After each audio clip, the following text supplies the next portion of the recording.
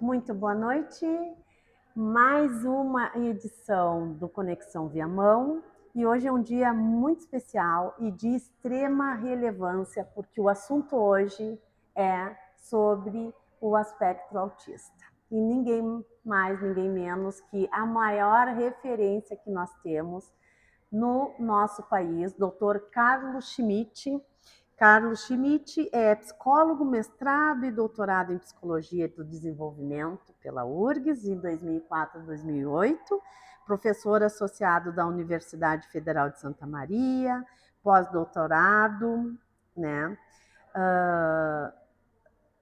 Na Purdue University. Indiana, Estados Unidos, 2022 a 2023, docente do Departamento de Educação Especial e do Programa de Pós-Graduação em Educação Da Universidade Federal de Santa Maria. de Santa Maria, líder do grupo de pesquisa Educação Especial Autismo, que é o EDEI-CNPq, correto? Isso. Editor-chefe da revista Educação Especial da Universidade de Santa Maria, coordenador regional do Fórum de Editores de Periódicos em Educação, que é a FEPAI e a ANDEP. Amped. Amped, isso, da região sul. Coordenador do GT79, que está um sucesso. Transtorno de espectro autismo, TEA. E pesquisas na área de saúde e educação da Associação Nacional de Pesquisa e Pós-Graduação em Psicologia da ANTEP. Tem que ler porque o seu currículo é admirável, é muito...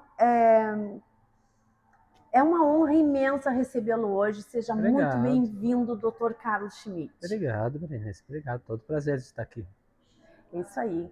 Nos conte, então, fora tudo isso aqui que nós já vimos do seu currículo, que claro que está faltando, né? Mas eu lhe pergunto o seguinte: quem é o Dr. Carlos Schmitt e o que o trouxe a esse tema tão importante, principalmente na atualidade, porque a sua trajetória começou lá em 2000 e... Olha, vamos pensar na minha trajetória no autismo, Berenice. Eu atendi o primeiro aluno com autismo, paciente com autismo na psicologia.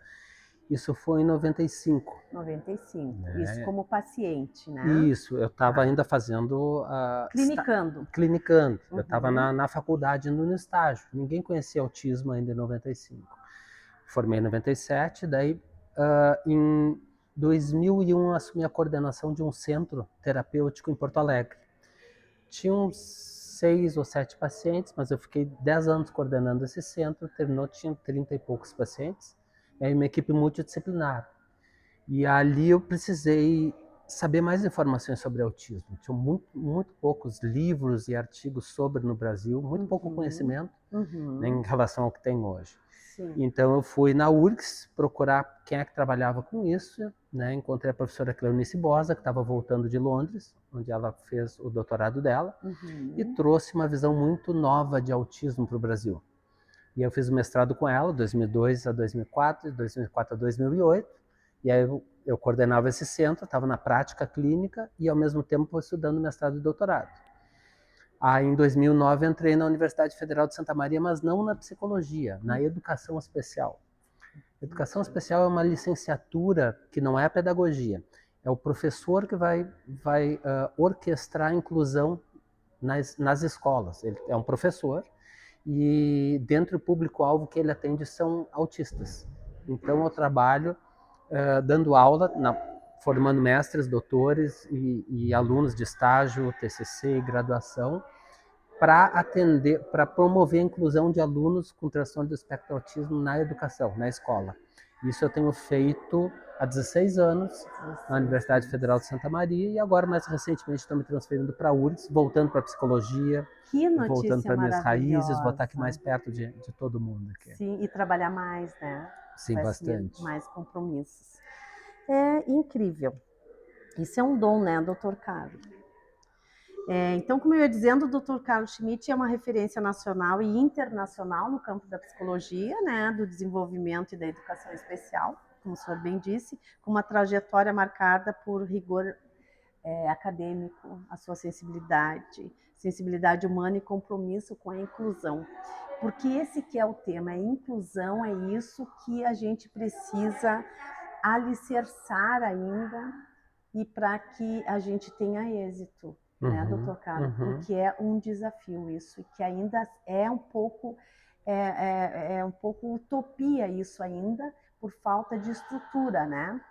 E eu acho que o seu papel vai ser muito importante daqui para diante, estando aqui atuando na URGS, porque é mais amplo, porque também ele é junto com a Secretaria da Educação, né? Sim. Eu acho que o senhor vai abranger muito mais escolas e tudo. Conte um pouco como é que vai funcionar.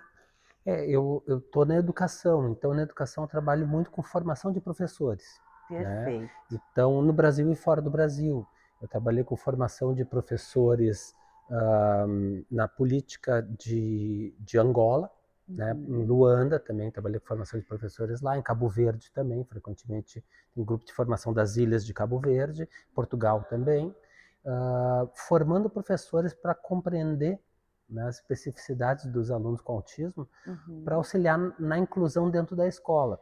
Lógico, agora eu vou vir para a psicologia, mas a psicologia também tem uma interface, que é a psicologia escolar. Então a gente também ajuda dentro da escola. Na verdade, eu vou trabalhar com o que eu sigo trabalhando, que é com políticas públicas. Eu acho que a gente precisa muito desenvolvimento de políticas públicas. E o que não é ainda muito tradição no Brasil, pelo menos comparado a outros países, é a adoção de políticas públicas a partir das evidências científicas. Então, eu tenho um grupo de pesquisa, me articulo com outros grupos de pesquisa para desenvolver resultados de pesquisa que mostram o que é mais eficaz, para mostrar para o governo aonde investir o dinheiro, o que funciona. Né? Muito necessário. É muito necessário, exatamente. É muito necessário.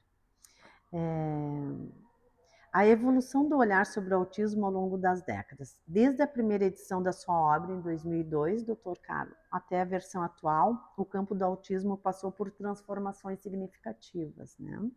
Tanto na compreensão científica, como o senhor estava falando, quanto as práticas sociais e educacionais. Aí eu lhe faço a pergunta, Dr. Carlos, né? Como o senhor avalia as principais mudanças, né? Na forma como o autismo é compreendido e abordado no Brasil ao longo dessas 2 décadas? Nossa, muita coisa mudou. Quando eu comecei a trabalhar com autismo, a prevalência era 2 a 5 crianças a cada 10 mil. Então era considerado uma síndrome rara. Hoje a prevalência está 1 a cada 35 crianças tem autismo. Lá, autismo era entendido como parte das psicoses infantis, né? Um modo muito peculiar de ser entendido. Hoje ele é um transtorno do neurodesenvolvimento. Então ele tem uma compreensão completamente diferente. E mais recentemente, de 2013 para cá, com o Manual de Diagnóstico e Estatística de Transtornos Mentais, surgiu o termo transtorno do espectro autista, mostrando mais apropriado, né? Mostrando que que ao longo da história ele foi autismo, daí ele foi contínuo autista, depois voltou para autismo, transtornos globais de desenvolvimento, e agora voltou para espectro autista, mostrando que é uma condição que varia em termos de sintomatologia, de grave a severo, com níveis de suporte muito amplo. Então hoje tem muitos adultos com autismo, né? Diagnósticos tardios, né? Então a pessoa leva o filho para avaliação e não é incomum que avalie o filho, veja que o filho tem autismo, converse com o pai e veja que o pai também tem autismo. Entendi. Então tem um grupo muito grande, agora o foco de pesquisa está se voltando inclusive para adultez, onde tem muito pouca política pública para adultos com autismo. Inclusão no ensino superior é alguma coisa que ainda está nascendo em termos de políticas públicas, mercado de trabalho, envelhecimento, esses pontos ainda são obscuros em termos tanto de pesquisa quanto de políticas públicas. Entendi. As práticas pedagógicas que fazem a diferença. Os 5 capítulos dedicados às práticas pedagógicas revelam um esforço em traduzir teoria em ação. E em tempos de inclusão escolar, esse é o desafio constante, né, doutor Carlos? Aí eu lhe faço a pergunta, quais são as práticas pedagógicas que o senhor considera mais eficazes na promoção da aprendizagem de estudantes autistas e especialmente em contextos de sala de aula regular? Então, desses 16 anos de educação especial, eu recebia muitos professores, Berenice, que me diziam assim: eu tenho um aluno com autismo, professor, o que eu faço com ele? Sim, E eu não tinha como responder, porque como é um espectro, cada um é um muito diferente. O que funciona com um, necessariamente não vai funcionar com o outro. perfeito. Então eu fui pesquisar práticas que se chamam práticas baseadas em evidência. Então nós temos na Uhum, literatura nacional uma série de resultados de práticas exitosas, né, que uhum, funcionam. Por exemplo, a intervenção mediada por pares, por exemplo, que é razoavelmente simples. O professor, na sala de aula, seleciona um ou dois alunos sem autismo da turma que se dedicam a tutorar ou a acompanhar aquele aluno com autismo na sala de que aula. ótimo. Isso dá um resultado em inúmeros países. As pesquisas desenvolvidas mostram ganhos acadêmicos, ganhos sociais, de habilidades sociais. É Uhum, simples de implementar. Então, eu tenho voltado o foco das pesquisas para as práticas baseadas em evidência, que é uma maneira de mostrar práticas que realmente funcionam, funciona. para daí investir em políticas públicas em práticas que realmente funcionam. Que bacana. Estou encantada. O autismo no ensino superior é um território ainda pouco explorado, né, doutora?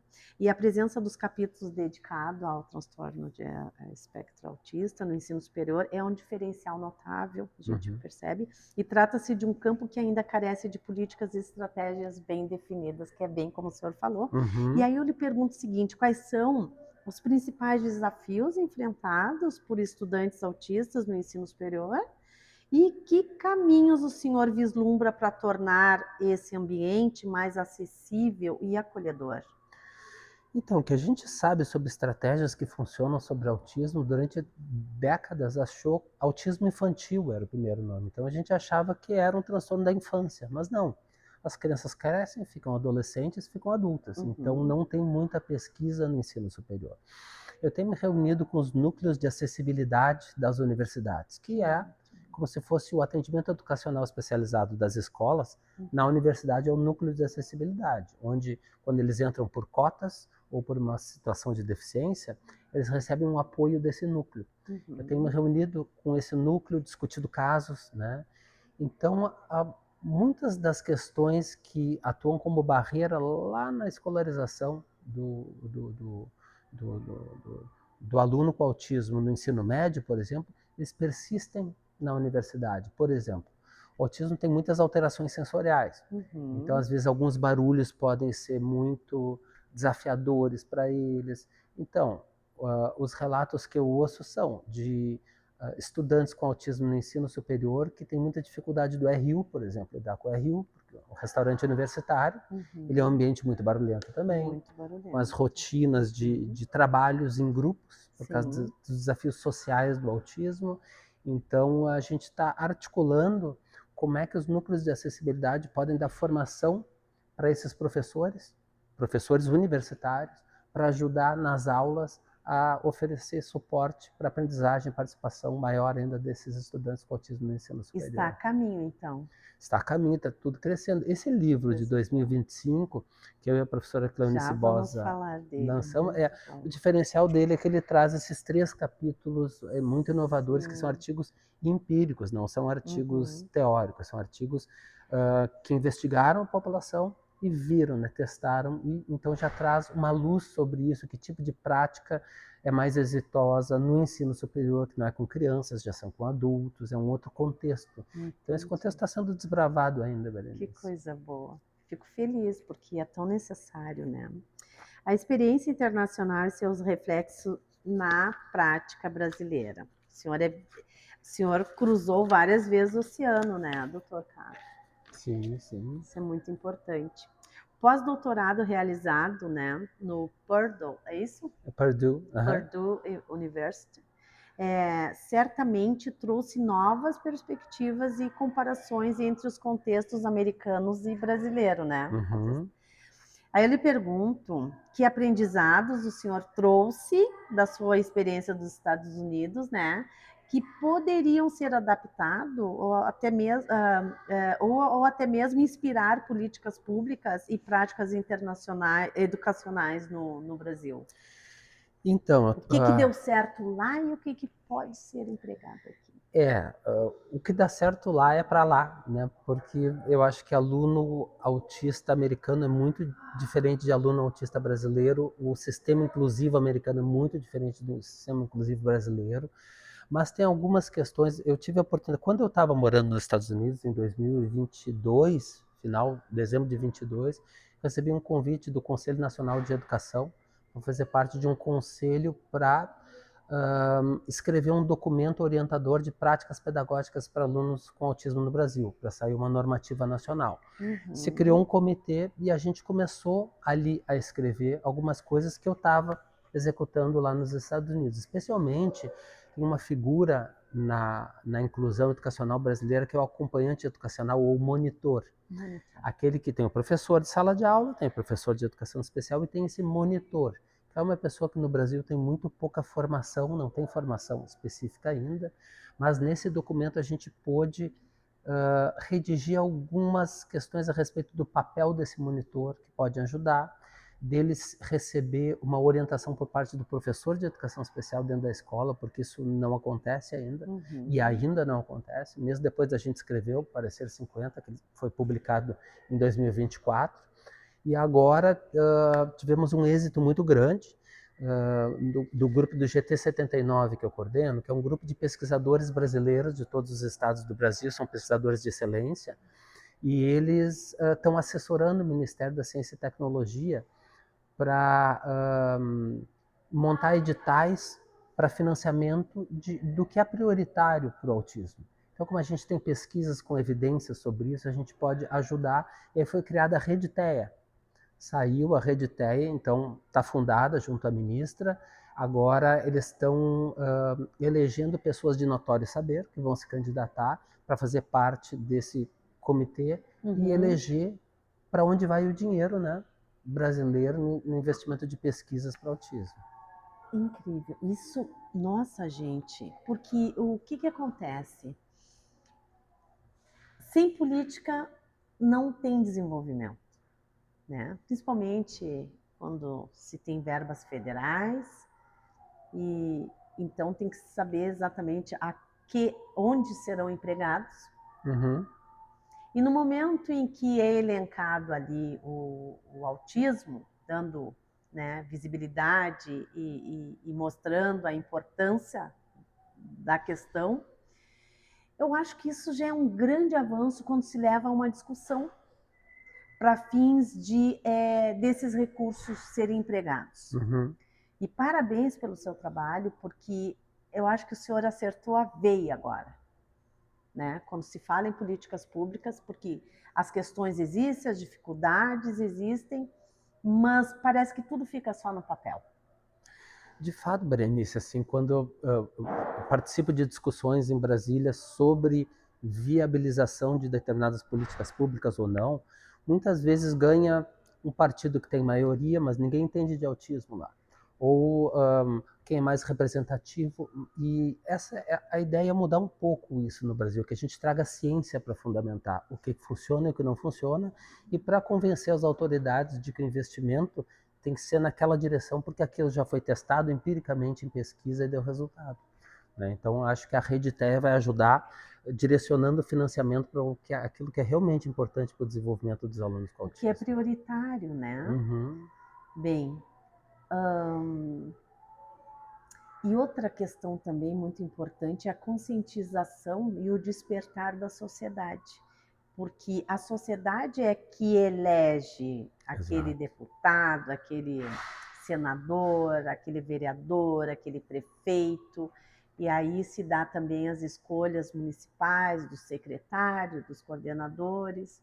Então, acho que mais do que nunca é necessário realmente essa consciência e essa reformulação dentro da política, para que não se deixe pautas, assuntos dessa magnitude e necessidade e importância de lado, só no papel, só no discurso, não pode. Né? Uma categoria, um assunto desse não pode ser prejudicado em função de simplesmente por vaidades, ou aquilo que o político considera importante. Importante se faz dentro da saúde, se faz dentro da educação. Eu acho que é aí que a gente vai ter uma qualidade de vida melhor, né? E você vai estar honrando o seu voto que o senhor recebeu ali. Porque a consequência disso é desesperadora e muitas vezes é irreversível. Quando situações importantes elas não são tratadas com a sua devida importância, relevância e prioridade.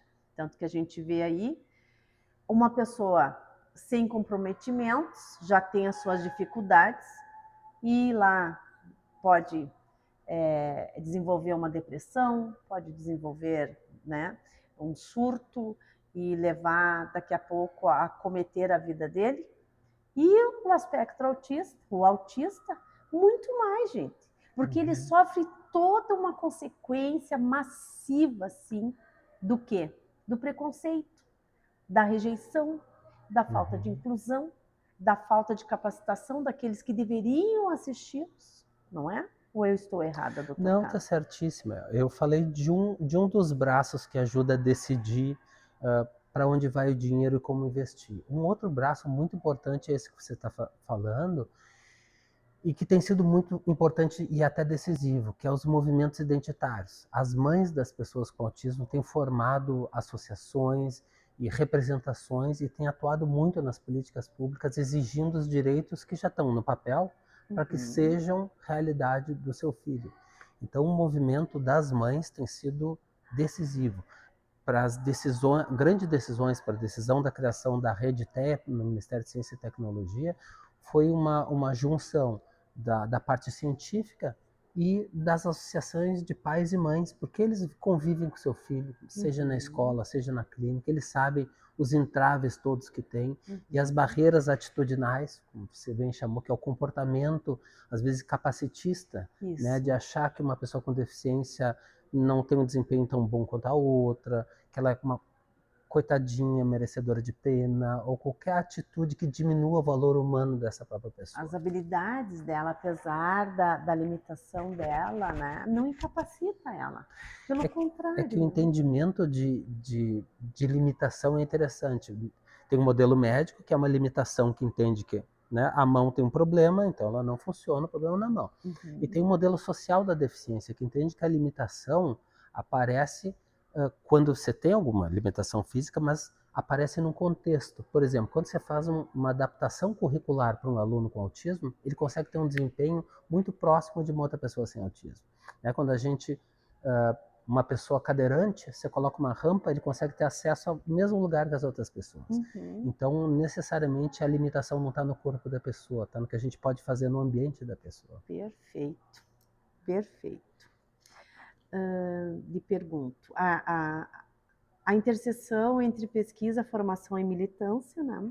Como líder de grupos de pesquisa, editor de revista científica e coordenador de GTs, né, nacionais, o senhor atua em múltiplas frentes. Isso nós já sabemos e, aliás, maravilhosamente bem.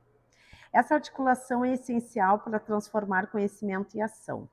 E aí eu lhe pergunto, doutor Carlos, como o senhor enxerga o papel da pesquisa acadêmica na construção de políticas públicas mais eficazes para as pessoas com TEA e como podemos aproximar ainda mais a universidade da sociedade? Eu acho que as pesquisas translacionais, o que é uma pesquisa translacional? Uma pesquisa que o resultado é voltado diretamente para a realidade. Não é uma tese ou uma dissertação que fica numa prateleira na universidade. Entendi. O resultado é um resultado dentro de uma escola, na prática de um professor, no sucesso de um aluno. Esse é o resultado de uma tese ou uma dissertação. Então, que o papel da universidade tem que ser aplicado. Geração de conhecimento, mas o conhecimento não pode ficar por detrás dos muros acadêmicos. Ele tem que transpor isso, chegar lá dentro da escola, tem que chegar na família, tem que chegar na realidade do autismo, mostrando que caminhos, que estratégias vão facilitar ou minimizar essas barreiras, a maior participação e aprendizagem dos alunos com autismo. Então, acho que a pesquisa ela é decisiva, porque uma coisa é a gente achar, né? Quem acha ou dá sua opinião é uma coisa, outra coisa é você estudar, ter teoria que suporta uma tese ou uma dissertação, você tem um método para desenvolver os resultados e apresentar os resultados que são aplicáveis na realidade.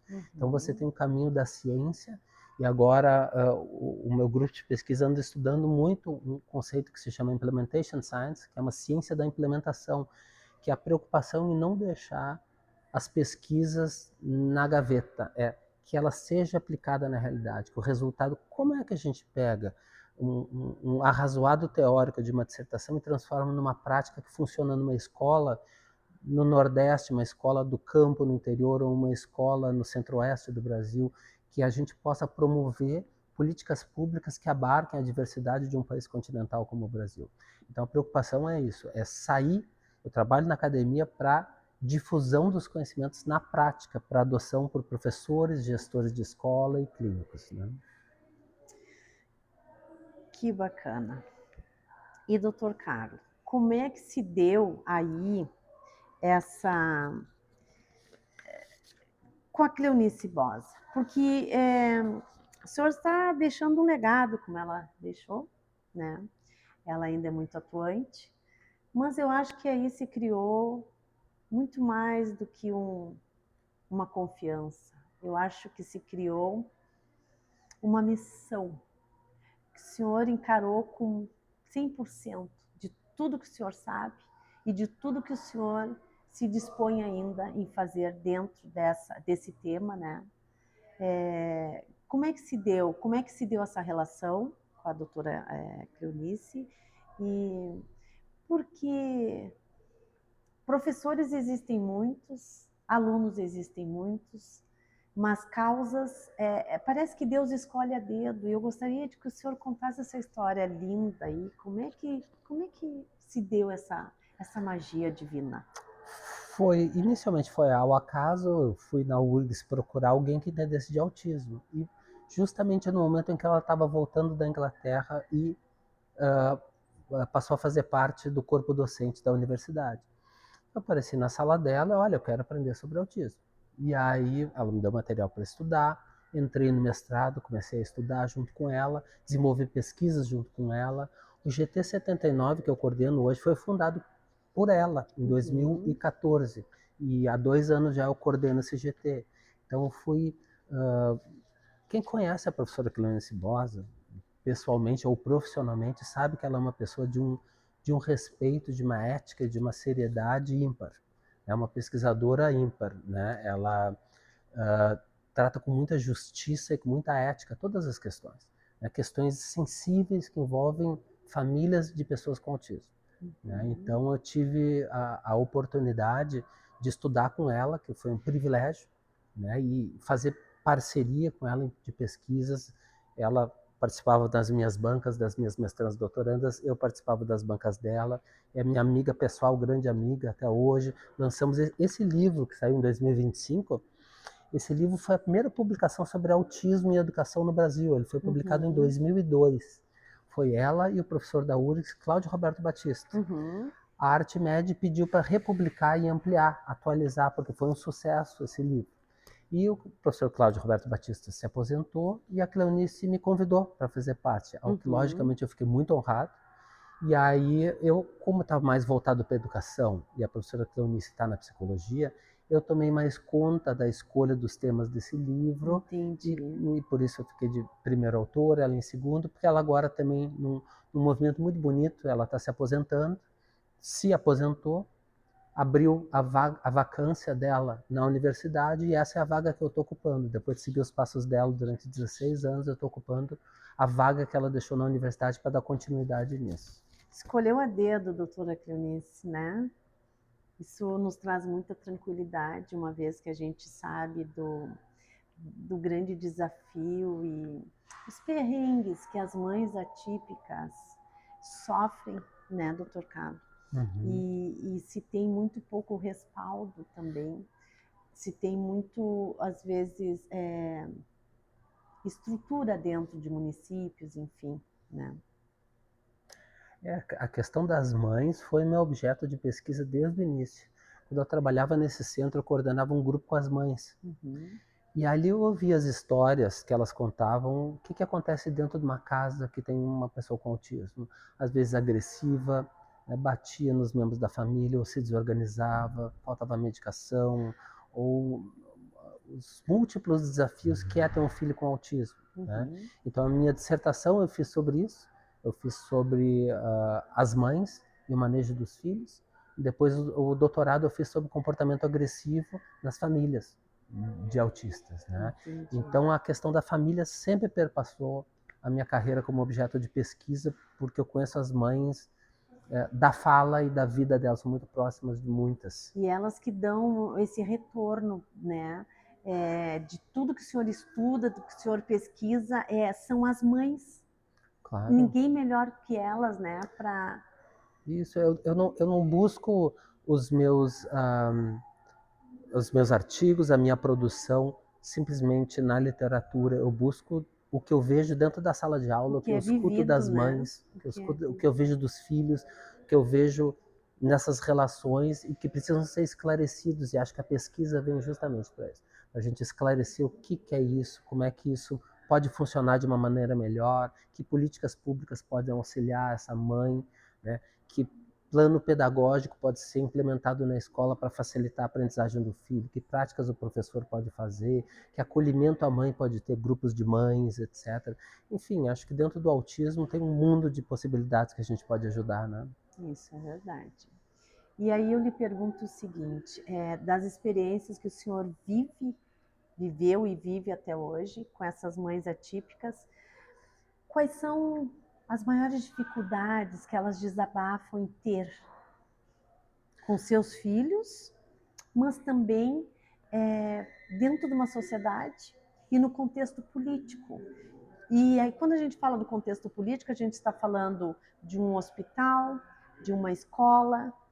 O senhor poderia compartilhar conosco, doutor Carlos? Nós estamos falando de um mundo de situações, né, Berenice? Assim, nós estamos Sim. falando da saúde e da educação, que são, eu atuo tanto na saúde quanto na educação, então mais ou menos o atendimento pelo SUS, né, no autismo tem se formalizado em algumas cidades, em alguns estados do Brasil, em outros muito menos, né?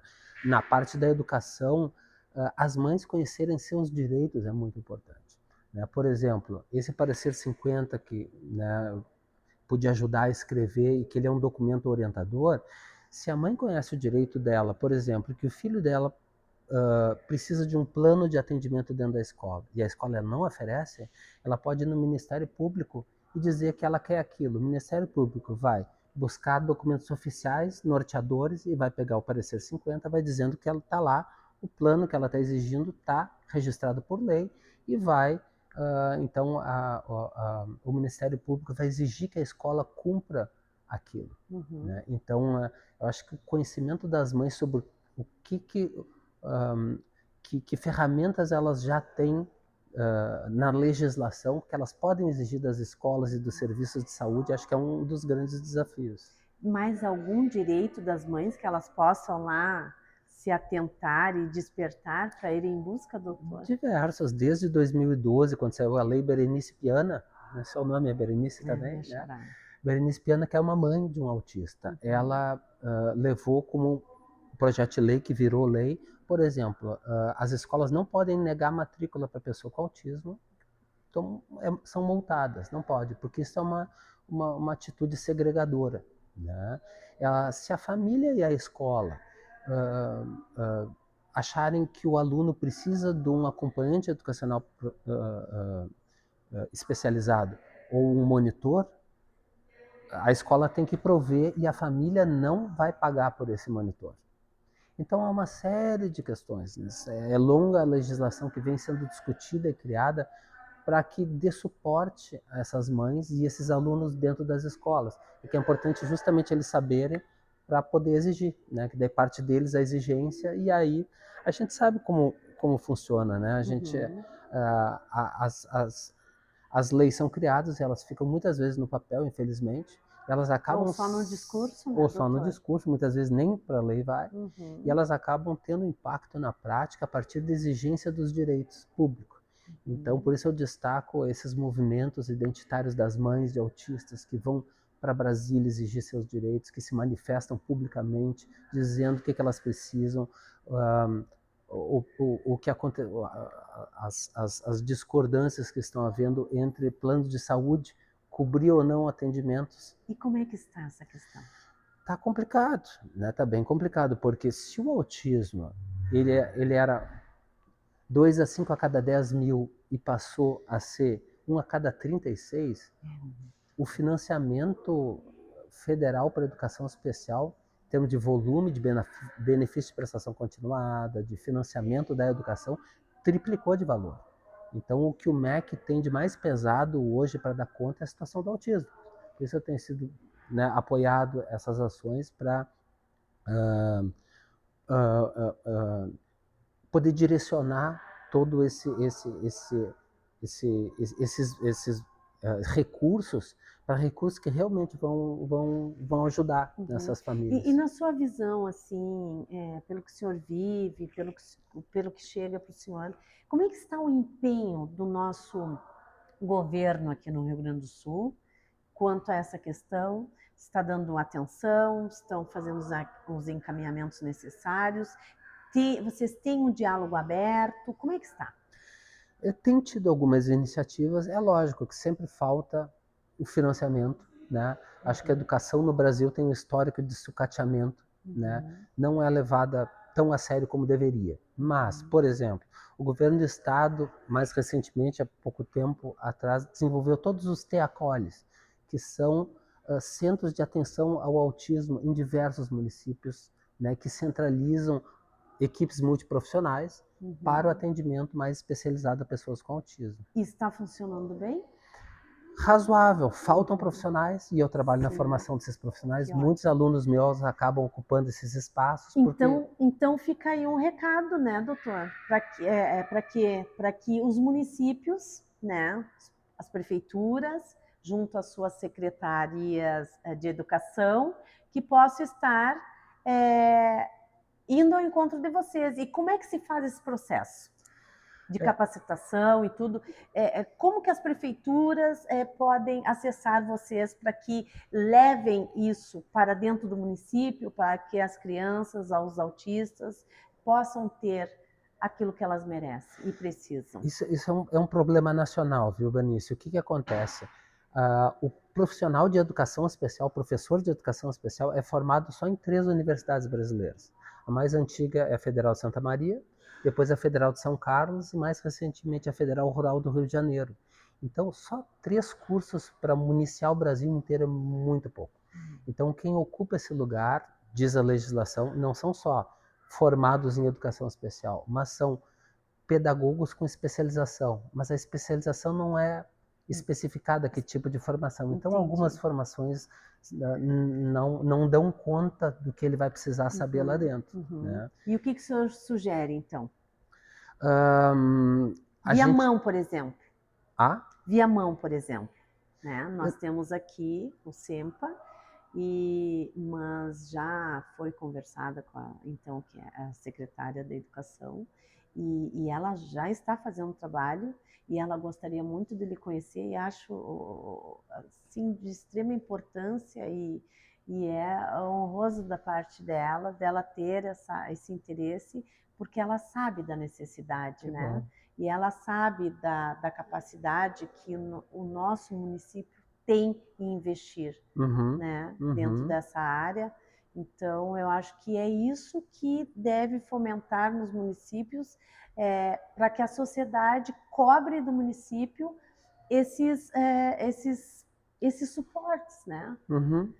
E é isso que eu queria lhe dizer. Por exemplo, eu lhe repito, como é que se dá isso? Quem eles acessam? Eu não conheço exatamente a realidade de Viamão, estou recém-chegando. Mas quem tem interesse de fazer capacitação, eles procuram quem? Tem muitos cursos privados que dão formação. Mas eu digo a sua referência, como é que se daria?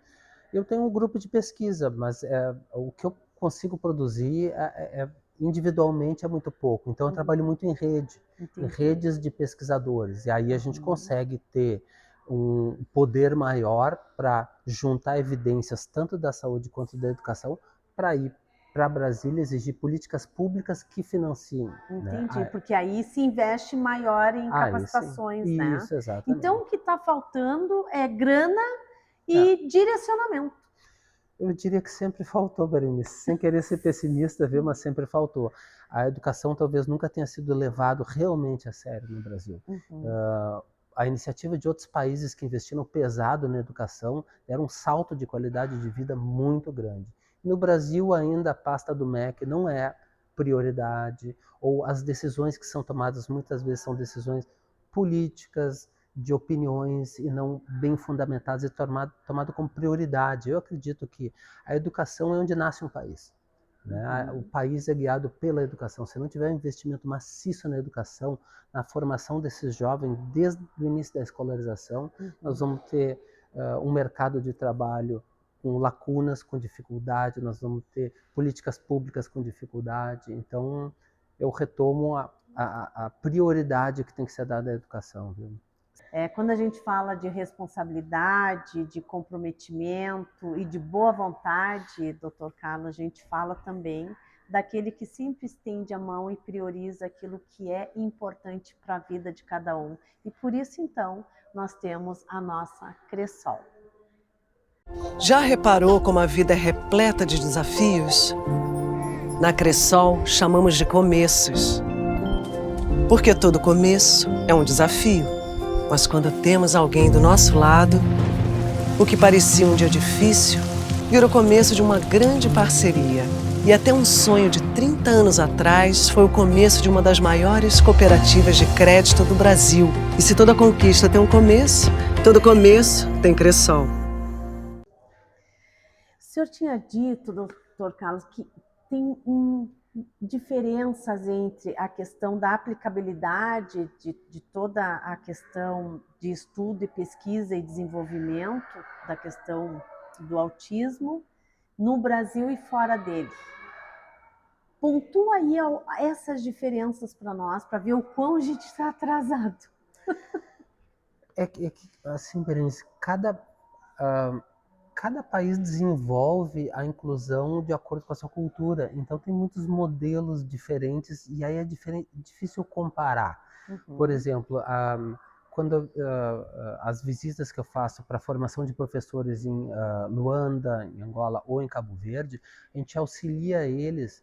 Por exemplo, em Cabo Verde a gente fez um projeto, eles não tinham língua de sinais, que a gente tem a Libras aqui no Brasil, que não é do autismo, mas é da área da educação especial. Então lá foi feito um trabalho muito bonito, que foi visita a todas as ilhas, que cada ilha utilizava um sinal diferente para comunicar uma coisa, e aí se unificou aquilo e não se fez, não implementou a nossa política lá, língua brasileira de sinal, mas fundaram a língua cabo-verdiana de sinais. Então a gente exportou tecnologia de educação especial para a África. Para Luanda também, a gente fez algumas missões de prospecção, viajou por Luanda conhecendo as escolas do interior de Luanda e vendo qual é a realidade. É muito diferente da nossa. Entendi. Porque eles têm um xamanismo, então eles acreditam que as pessoas com autismo foram empossados por algum espírito que é do continente africano, das crenças africanas. Então, as frentes de consciência sobre o autismo lá tem que seguir um outro rumo que é diferente aqui no Brasil.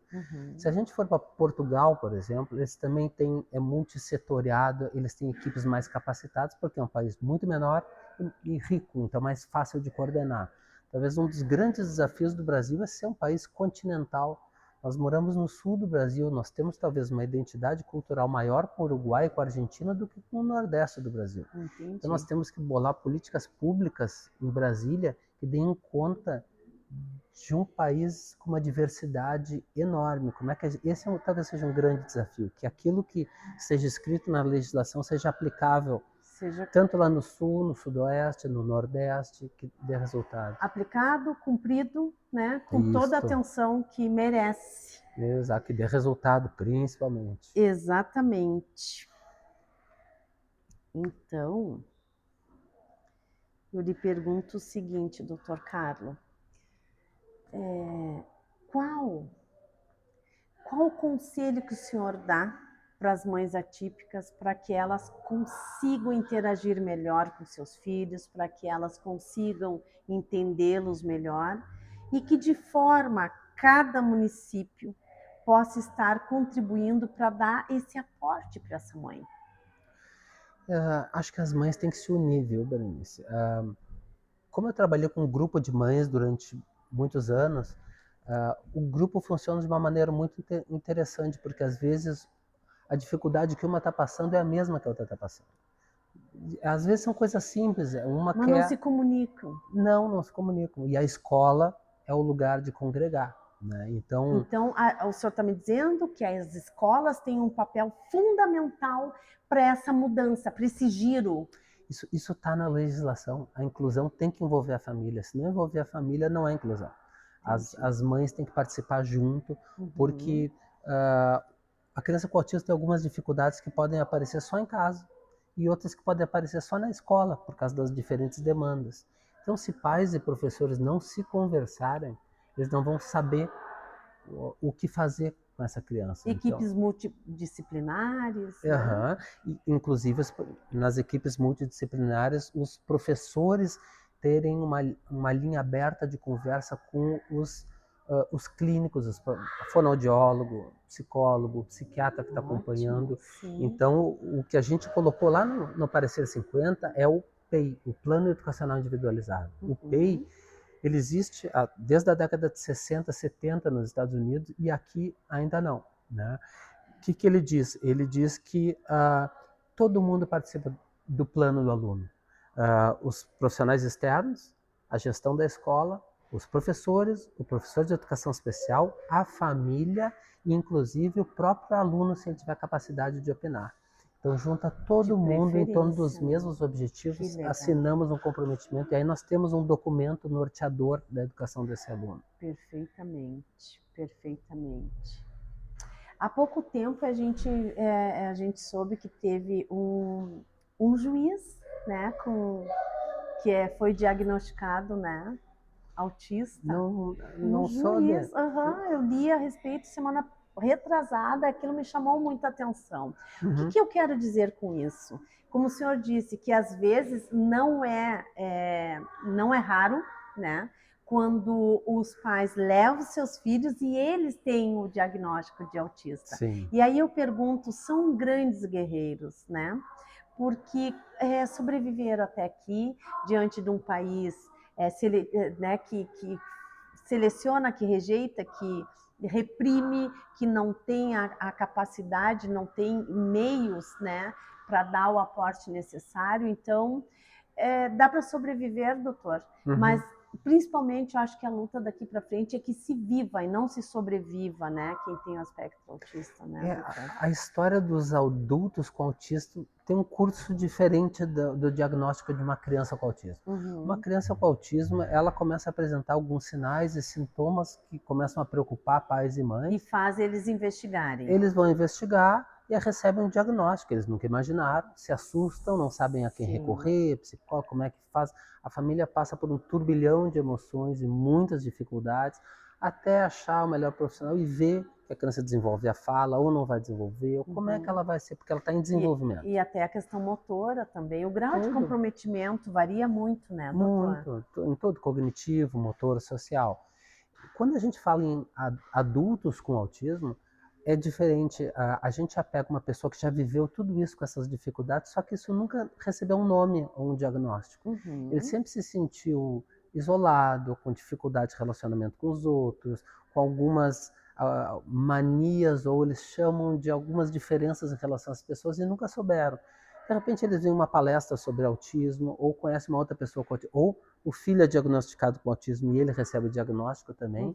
E o impacto sobre o adulto, Berenice, é diferente, porque o adulto se sente aliviado com esse diagnóstico e não preocupado com uma criança, porque finalmente aquilo que ele se sentiu estranho tem um nome. Ele pode recorrer a grupos de pessoas que têm as mesmas dificuldades, se amparar e se apropriar de políticas públicas. É um alívio, então, né? Eu acho que ele passa a ter uma identidade, né? Sim. Porque até então ele podia se questionar por que isso, por que aquilo, ao se deparar com alguma situação, mas como o senhor disse, não tinha nome. Hoje ele sabe que ele é um autista. E não é só o nome. O nome é é um diagnóstico que tem um código que traz direitos legais de saúde, de acesso a serviços de saúde e serviços de educação. E as sociais, né? E sociais, benefícios sociais, de saúde e de educação, que por ele ter esse diagnóstico, ele pode entrar por reserva de cotas na universidade, um pai que tem filho com autismo pode pedir diminuição da jornada de trabalho para cuidar do filho. Tem uma série de questões que quando a gente vê esse diagnóstico e vai ver ao que tem direito, a gente começa a exercer a própria cidadania. E esses direitos, eles estão em algum portal específico? Onde é que eles vão em busca dessas informações? Isso tem muitas iniciativas no Brasil. Claro que a legislação está espalhada entre saúde, educação e assistência social, especialmente nesses 3 campos, assim. Mas tem algumas iniciativas e que nós temos as legislações federais maiores, mas cada estado tem a liberdade de implementar isso com algumas variações. Então nós temos, por exemplo, aqui no Rio Grande do Sul, o PEI, que eu falei, o Plano Educacional Individualizado, eu soube recentemente, por acaso, que tem 2 planos. Um que é o professor de educação especial que recebe aluno, que anota o que ele faz, e o outro é o PEI, que envolve toda a escola, que é maior. Este PEI ele tem que ser desenvolvido conforme a legislação do Rio Grande do Sul pelo professor de sala de aula, não é o professor de educação especial. E o professor de educação especial faz os outros. Então, cada estado vai organizar suas políticas de acordo com como funcionam as suas escolas e o seu sistema educacional. Entendi. E aí agora, lhe ouvindo, eu me recordei de um fato, doutor, que assim, como recentemente estão se empenhando em dar assistência, né, para os autistas e a própria condição do tema, muito antes e até hoje muitos autistas são atendidos pelas APAES. O senhor poderia me falar sobre isso, o papel importante das APAES que vem desempenhando até agora? Claro. Tem um movimento histórico, né? Antes de 2008, as crianças com deficiência eram atendidas na APAE, escolarização na APAE, na educação especial, e a escola comum era reservada para as pessoas sem deficiência. A partir de 2008, com a Política Nacional de Educação Especial, na perspectiva da educação inclusiva, a educação especial passou a ser um atendimento com uma modalidade transversal a todas as etapas de escolarização. Então, o professor de educação especial entrou lá dentro. Qual o papel da APAE nessa mudança toda?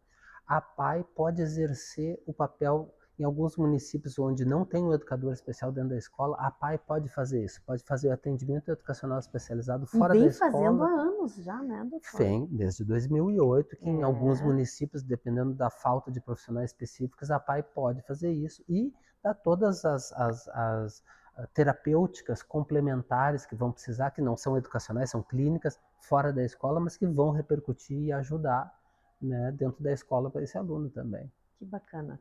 Eu lhe perguntei isso porque há um mês atrás se discutia uma situação muito delicada e preocupante quando veio aquele artigo federal da questão, se eu não me engano, 12686, né, que os atendidos pelas APAES deveriam ingressarem nas escolas normais, sem essas escolas terem estrutura. E isso trouxe uma grande preocupação. Eu estive junto com o Dr. Moresco, que é o presidente das federações das APAES do Rio Grande do Sul, né? Então, fiz uma entrevista com ele e eles foram até Brasília para fazer essas modificações, porque as APAES iriam morrer à míngua.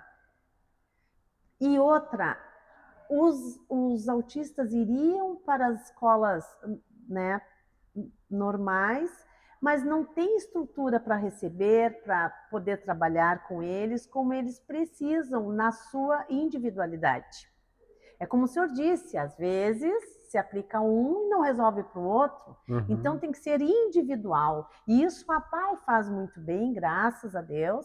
Então eles estiveram reunidos, né, os representantes das APAES do Brasil inteiro, lá em Brasília, para que então, se não, né, extinguir esse artigo, que fizesse as modificações dentro daquilo que já se não só se planeja, mas como se vem sendo aplicado dentro das APAES e que funciona muito bem.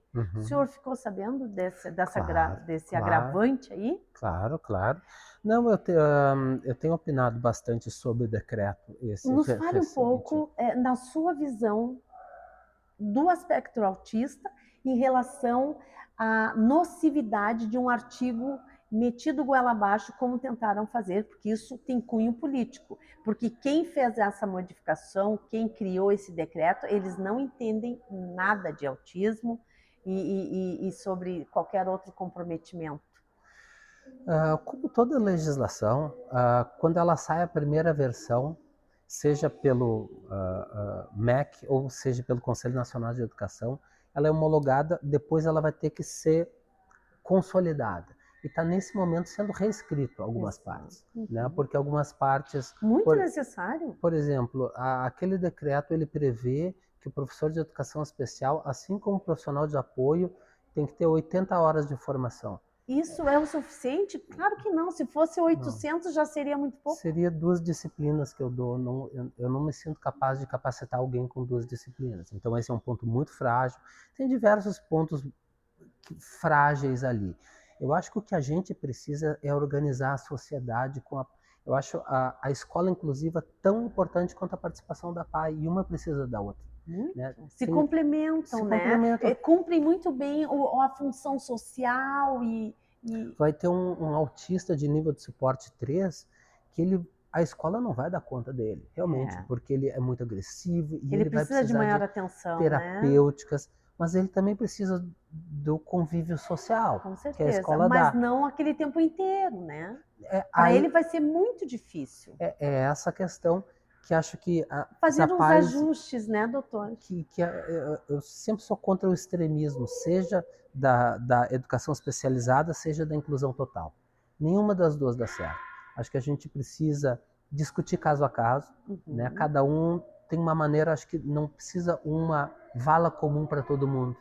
Eu acho que tem que ter vários caminhos para várias pessoas diferentes. Então, se precisa mais da PAI, que tem a PAI exercendo serviço importante há décadas, Pestalozzi também, dando um apoio mais especializado, né?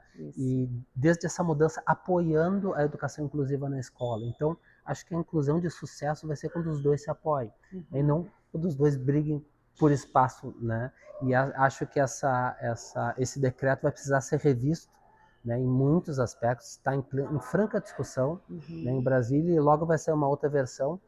Vamos aguardar para ver o que vai sair, né, Berenice? É isso aí. Se o senhor fosse fazer... eu preciso saber, as pessoas têm dúvida, é congênito, é hereditário, o autismo ele vem de alguma ação, de uma ação em consequência de alguma alimentação? O senhor acha que, assim como lá fora acham que através do xamanismo, que seja, né, essas crenças, como é que o senhor hoje define o que causa o autismo, como é que acontece e se tem como evitar? A sociedade não sabe, doutor. Tem várias questões. E não vamos pensar, porque tem gente que tudo, isso é castigo de Deus. Porque isso em outra vida não sei o que. Cara, não dá, desculpa. É que eu entendo o autismo de uma maneira assim. Isso é ciência que a gente... Eu sempre entendi o autismo como uma forma, uma variação humana da gente aprender mais sobre a gente. Se todo mundo fosse igual, a vida ia ser muito chata.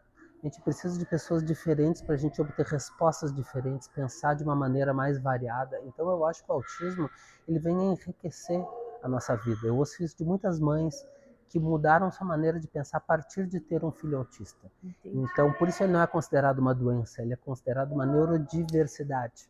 Ele é uma diversidade humana, né? Então, enquanto causas do autismo, tem um forte fator genético implicado, né? Quando gêmeos nascem com autismo, se eles são monozigóticos, a chance que um tem autismo do outro ter autismo passa de 90%. Se eles são dizigóticos, têm cargas genéticas diferentes, baixa muito essa proporção. Então nós temos um fator genético muito importante. Em alguns casos, alguns fatores, por exemplo, a idade avançada do pai ou da mãe. A gente achava que era só da mãe, mas espermatozoide do pai também né, de mais idade pode causar, exposição a ácido valproico, que é uma medicação durante o feto, aumenta a chance do filho ter autismo. Então nós temos alguns marcadores e a ciência está avançando bastante nesse sentido. Mas a gente ainda não tem, porque o autismo é um transtorno complexo do neurodesenvolvimento e a gente está chegando uma resposta de que existem vários autismos e não um autismo só. Entendi. Então não vai ter uma causa só, para cada um vai ter uma conjunção de causas específicas que determinam a condição. A gente vê hoje alunos, né, nas escolas e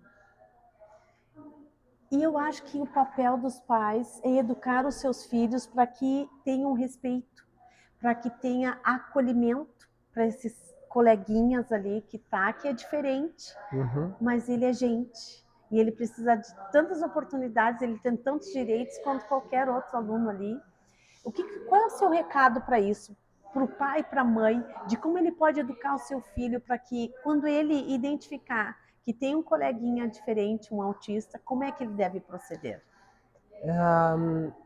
Os autistas são pessoas muitíssimo interessantes. Eles dão respostas inusitadas, eles nos ensinam outro jeito de pensar. Quando eu dou formação de professores, eu digo que um professor que consegue educar um aluno com autismo é um professor muito melhor do que aquele que só sabe trabalhar com uma turma. Entendi. Então, que os pais possam estimular seus filhos, e não só, porque os filhos aprendem muito com o comportamento da gente, não só com o que a gente diz para eles fazerem. Então, que os pais também se envolvam com pais neurodivergentes, com pais que têm filhos autistas, entendam como é que é o estilo de vida daquela família, que desafios eles têm, por que o filho não fala, por que o filho aprende melhor olhando visualmente alguma coisa, por que o filho se desorganiza em algum momento, por que ele não gosta de barulho alto, como é que a turma pode ajudar esse aluno. Então é o papel de todo mundo ajudar ele, não é ele sozinho e um professor de educação especial para ajudar, mas é uma turma inteira e um professor para ajudar ele a se desenvolver. Eles têm plenas condições, depende muito Tem uma frase que diz assim, é preciso uma aldeia para incluir. Né? Então, um professor de educação especial não vai fazer uma inclusão, ele vai precisar de uma turma inteira, dos pais inteiros, de uma escola inteira. Então, cada um de nós temos essa missão, essa obrigação. Enquanto seres humanos, é direitos humanos que nós estamos falando. É verdade. Né? E teve um caso, por exemplo, de uma criança que identificou um colega autista e disse, mas ele é muito chato, ele faz isso e aquilo e tal, não sei o quê. E a mãe disse o seguinte, meu filho, tu és um menino de sorte, porque tu teres hoje a atenção focada em ti de um autista, tu foste escolhido. Tu é um ser humano de sorte, porque o autista ele seleciona muito, principalmente com quem ele vai interagir. Então, se ele conseguiu chamar a atenção daquele autista e de forma amorosa, gestuosa, no sentido de ser querido e interagiu se preocupando ou demonstrando afeto, eu acho que ele tirou, o seu filho pode estar tirando uma loteria, né, doutor? Quando a gente vê um perfil cognitivo de grande parte dos alunos com autismo, eles têm algumas habilidades, por exemplo, de memória, ou de desenho, ou de música. Muitos autistas ouvem uma música uma vez, nunca fizeram aula e tocam inteirinha no piano. Desse ponto de vista, a gente pode perguntar assim, quem não faz isso não seria deficiente? Então, quem é o deficiente? Perfeito. Porque eles têm muitas habilidades que nós não temos. Verdade. E a gente tem outras habilidades que eles não têm. Potenciais, né? As capacidades. Por exemplo, tem alguns alunos com autismo, eles têm o hiperfoco. Então, eles gostam muito de dinossauro, por exemplo, é muito comum. Sim. Então, eles conhecem todos os nomes dos dinossauros. Conhecem muito mais do que outro colega que não conhece. Então, se a professora fizer um trabalho sobre dinossauro, ele vai ser muito mais útil do que o colega que não tem autismo. Perfeito. Viu mais uma vez o papel importante dentro das escolas, né, doutor? Dentro das escolas, exatamente. Eu adoraria continuar aqui conversando muito com o senhor, porque eu acho que o senhor tem muito a agregar. Espero ter a oportunidade de mais para frente conseguir falar com o senhor novamente. Tornaremos a conversar. Eu sei que a sua agenda é apertadíssima e agora mais ainda estando à frente ali da URGS, né? Uma faculdade renomada e histórica aqui no nosso Rio Grande do Sul. Então, eu peço para o senhor fazer as considerações finais, doutor Carlos. As considerações finais. Para mim é um privilégio poder estar numa rede divulgando informações sobre autismo. Eu acho que dia 2 de abril foi o dia que a ONU escolheu como o dia da conscientização do autismo. Então, para que todos conheçam o autismo, por causa disso que a Berenice falou, um pai que tem um filho que está numa escola com um colega autista, que eles fique curioso, que ele vá atrás para conhecer esse aluno com autismo, que ele já tem algumas informações, que o professor tem informações. Então, a gente dá conta das diversidades da nossa sociedade, eu acho que é o nosso papel social. E o autismo é uma diferença que vale a pena muito conhecer. É isso aí, então. Então é o seguinte, né, doutor Carlos, quando a gente reconhece o valor e a importância de um trabalho como o senhor vem fazendo ao longo desses anos todos e ainda assumindo mais uma vez, né, mais um compromisso com os autistas aqui do nosso Brasil e fora dele, eu quero lhe dizer, doutor Carlos, que eu tiro o meu chapéu para o senhor. Muito obrigado. Eu que agradeço, a sociedade toda agradece, e é isso aí. Muito obrigada, e mais uma edição, e eu lhe agradeço muito, doutor Carlos. Parabéns, e que Deus lhe abençoe. Muito sucesso. Obrigado para você também. O mundo inteiro precisa de todo o seu conhecimento. À disposição na Universidade Federal Pública de qualidade para todos. Obrigada.